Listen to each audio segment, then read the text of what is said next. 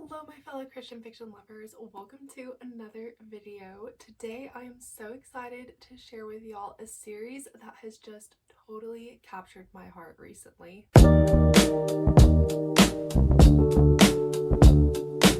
You are a returning watcher slash subscriber of the channel and have seen some of my recent videos like in the last couple of months. This series will not come as a surprise to y'all, or even just the fact that I love this author. But yeah, I have read this 3-book series that I'm going to be talking about today. Within the last few years, I read the last 2 books within the last few months, and it has just totally, like, I'm obsessed with it and I've thought about it so much, and I want to share it with y'all in just one review video to give you extra encouragement to go read these books. So the books I'm going to be talking about today are the Wings of Glory series by Sarah Sundin. I have all 3 of them in paperback. And yeah, I'm just going to jump into each one. Well, I'll give an overview of the series and then I'll jump into each one and talk about how amazing it is. This series follows 3 brothers. It follows the 3 Novak brothers, Walt in the first book, Jack in the second, and what's his name? Raymond in the 3rd book. That's not their birth order. Actually, I think it goes youngest to oldest, which was really interesting. But yeah, so it follows these 3 brothers in World War II. They are all pilots and they all have different roles within the army as pilots during World War II. And so it's not just like a basic like pilot story, because they all have different roles in the army. Like in the last one, Raymond, he's actually stateside. Like his role is as a like flight trainer and instructor.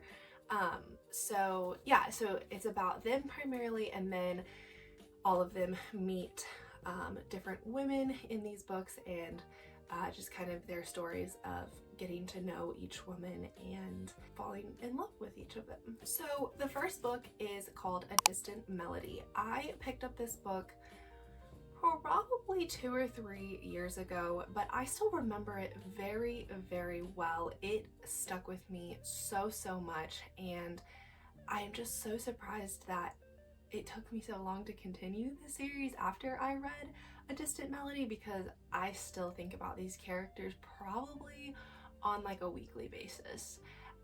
So this book specifically follows Walter Novak and Allie. It doesn't say Allie's last name on here. Allie Miller. And Allie and Walt meet at Walt's friend's wedding. I forget exactly how Allie ends up at the wedding. She ends up there and they meet each other and they strike up a friendship really quickly. They just connect instantly, but it is nothing more than a friendship because Allie is already engaged to a man that her parents have chosen for her. It's an arranged engagement, but that doesn't stop her and Walt from exchanging letters after he is sent overseas to be a fighter pilot? Maybe just a pilot. I don't know if he was a fighter pilot, but just to fly planes during World War II. So the book is just them exchanging letters. They talk a lot about, or they write a lot about faith and how they experience faith and what love is. And what I most enjoyed about Allie is as she is getting to know Walt and she is developing feelings for him, because it is a love story. She is learning what a man of God is and how she desperately wants a man of God, and her fiance is not that at all, really. Like, he's not a horrible person from what I remember, but he's just not like, he's not a man who is going to lead her in the Lord, if that makes sense. And she has these really darling interactions with some ladies at this church. I believe she starts going to a different church than the one her family originally went to. And she meets these women at that church and gets involved in just like church activities, like just socials and things like that. And they just have this like awesome wisdom that they give to her. And I still remember there's this one scene where she's talking about how her fiance isn't really a strong believer, and the other woman like directs her to a passage of scripture to kind of, she doesn't tell Allie what to do. She's just like, hey, you should consider this scripture as you are processing all of these things. And yeah, it's just really, really beautiful. And what I appreciated most out of this book, and just what made me want to keep reading the series and other Sarah Sundin books, is that yes, it is a love story. The characters do have very strong feelings for each other, but it is not a like mushy gushy like love at first sight. We're just so taken with each other, like there's no one else on planet Earth except him or her. And it's practical, and there is character development. Allie by the end of the book is not Allie at the start of the book, and same with Walt. Like Walt changes so much, and that can be said for all three of these books that I'm going to talk about. The characters change so much, and I need a good character development to keep me hooked. So yes, I loved this book. I'd love to reread it soon because it was just so, yeah, it's probably my favorite Sarah Sundin book. I'm gonna be honest, like I loved it so much. It's my favorite of the series. So that is A Distant Melody. All right, and then the second book in the series is A Memory Between Us. I put this on my birthday list and didn't think I was gonna get it, and then my fiance's parents, my future in-laws, very kindly got it for me, and I read it like within a week because I needed it. I remembered how much I loved A Distant Melody, and I was like, yeah, I've got to read this really quickly. So this book follows the middle brother, Jack Novak, and he is stationed in England as a pilot, and he very quickly, like this is within the first few chapters, he ends up injured and in a like field hospital in England, and meets nurse Ruth Doherty.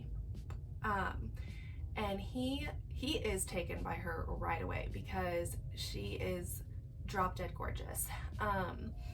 And he has feelings for her right away, and they very quickly strike up a friendship. But the thing about Ruth is she does not want to date. She has sort of a sullied past with men that gets unpacked in the book, like throughout the book. They have a kind of tumultuous beginning as they're fighting, like that he wants it to be more than a friendship. She's not really sure if she wants to go in that direction, and then they get separated, and there's a lot of pining after the other, but within the pining there is also a lot of character and faith development as they both learn kind of who they are, and like the choices that they made that kind of pushed them to make the decisions with each other. Like at one point Ruth, this is very early on in the book, but at one point Ruth literally runs away from him, and after they kind of have their falling out and then they're separated, she works through like, why was that my response, and like why did I make those decisions? And there's lots of great self reflection and introspection, and also faith development as well. And Jack, he is going through a personal struggle of his father really wants him to go into ministry after the war is over and become a pastor, but Jack is literally in love with being a pilot and can't imagine giving it up. And so there's this whole subplot of that is intertwined with the main romance of like, do I do what my father wants or do I do what I want? And just coming to learn who he is as a man. And the same for Ruth, as she is a huge provider for her siblings back in America. And yeah, they really find themselves, and then I don't want to spoil it, but potentially find each other as well. I mean, all three of these are romances, and you know, there are also some character tie-ins from A Distant Melody in this. Like we get to see Walt and Allie in this book, which is really sweet. And then there's also the end of this book takes place during the beginning of the next book, so we kind of have a slight idea of what is going to happen in the next book, but you don't quite realize that until you start the next one. So anyway, yes, that is what A Memory Between Us is about. All right, and then finally, Blue Skies Tomorrow is the third book, and this follows the oldest Novak brother, Raymond. Everybody calls him Ray though, right? I seem to remember that. Yeah, Ray. And he is a flight instructor in the States, which is a whole big thing for his character of just this, kind of this struggle within himself of like, well, am I really doing enough for the war effort since I am not going into combat? But a lot of his boss is, because Ray he's in his 30s, or he's 30 or in his early 30s, something like that. So he's older than the other brothers, and that plays a big role in his character, because by this point in his life, he knows he doesn't want to go into combat. He's brave, but he's not like a big adventurer. He doesn't have a big adventurous spirit like his brothers. He does not want to fly a combat mission. And also at this point in the book, he has had 2 or 3 failed relationships, 2 failed engagements, 3 failed relationships, so just 3 in total failed relationships. And so when he meets the other main character of this book, Helen, he's definitely trying not to rush things, because that is what hurt some of his previous relationships, which was a really interesting aspect of this book that I kind of wish Sarah Sundin had dived into a little more, is looking at like, okay, like 3 failed serious relationships, like at some point you gotta kind of look at yourself and be like, what, like there's a common denominator here, you know what I'm saying? Unfortunately, that wasn't explored as much as I would have liked, but it didn't subtract from the book too much. But anyway, Helen Carlisle, I believe, yes, Helen Carlisle grew up knowing Ray.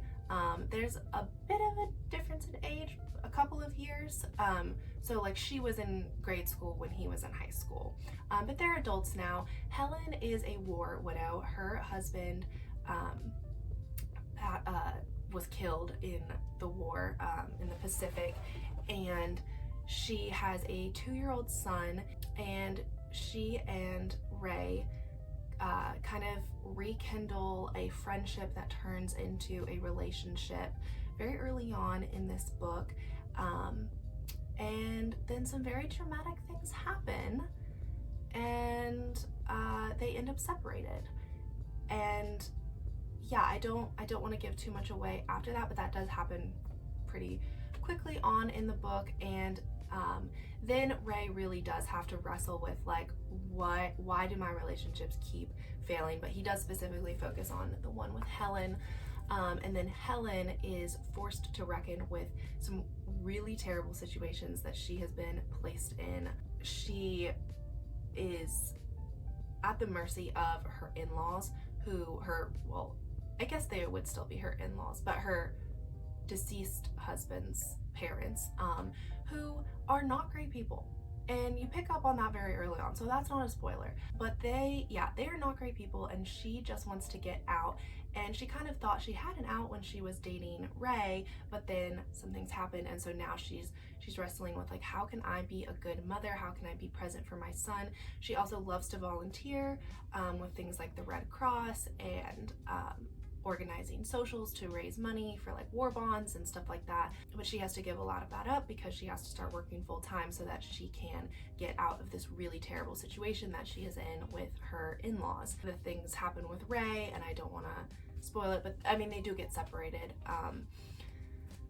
Like they're not living in the same town for a good chunk of the book, and just very similar to Ruth and Jack's story, they have a lot of self-exploration and introspection and faith development that they go through. Helen learns to lean on friends in a way that she had almost been trained not to do by her former husband, and growing up she had just kept very much to herself, didn't want to lean on others, just wanted to portray herself as strong.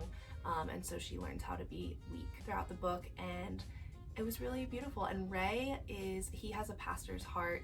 That's part of his not wanting to really have a lot of adventure or like go to war, is because he just has a pastor's heart and he just wants to minister to others. And he has a lot of growth in that area as well, because he kind of learns like, well, being a pastor is more than just preaching sermons and learning more about scripture. It's also like confronting congregants who are sinning and like taking a stand for what is right. Both of their character development was just chef's kiss, so beautiful. I really enjoyed it. This was probably my second. I don't want to rank them. They were all really good. The first one was my favorite.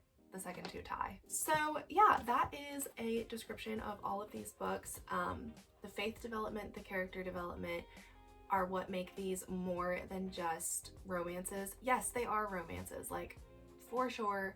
The characters are in love with each other. They have deep feelings for one another, but they also have deep feelings for Christ. They have deep feelings for their friends, like they have deep friendships. There are deep ties to family, and that is what made these books this series really stand out for me, is that the characters get involved with others. It's not all about the interactions between one another. I mean, the second two books, honestly, all of them, the couple is separated for a good majority of the book, and has to work out a lot of internal things before they can ever consider being with the other. And I just thought that was really special and really sweet. I will go ahead and say there are some big trigger warnings for these books. I cannot remember the first one, all of the like nitty-gritty details of it, but for the second book, there is trigger warning of sexual abuse. And then for the third book, huge trigger warning for domestic violence, like on page domestic violence. It's a slight spoiler, but like it's a very big one, and it caught me very much off guard when I read it, and I was like, whoa, I was not expecting that. So if that is if either of those things, the sexual abuse was not on page, thankfully, but yeah, if domestic violence is a trigger for you, then I would probably consider not reading this book, because it was just very prevalent. And look up trigger warnings for the first one as well, because I want to say there was something, I just can't quite remember what. Other than that, these books are amazing, and that does add to the story. Like, they have to work through a lot of the things that happened to them. Please let me know if you have read this series. If you want to read this series now, I highly encourage it. Yeah, these books were 4.5 to 5-star reads for me, and yeah, I hope to reread them many times in the years to come. But thank you all so much for watching this video. If you liked it, go ahead and give it a like, and if you want to see more content like this, go ahead and subscribe. And I will see you in a video very soon. Bye!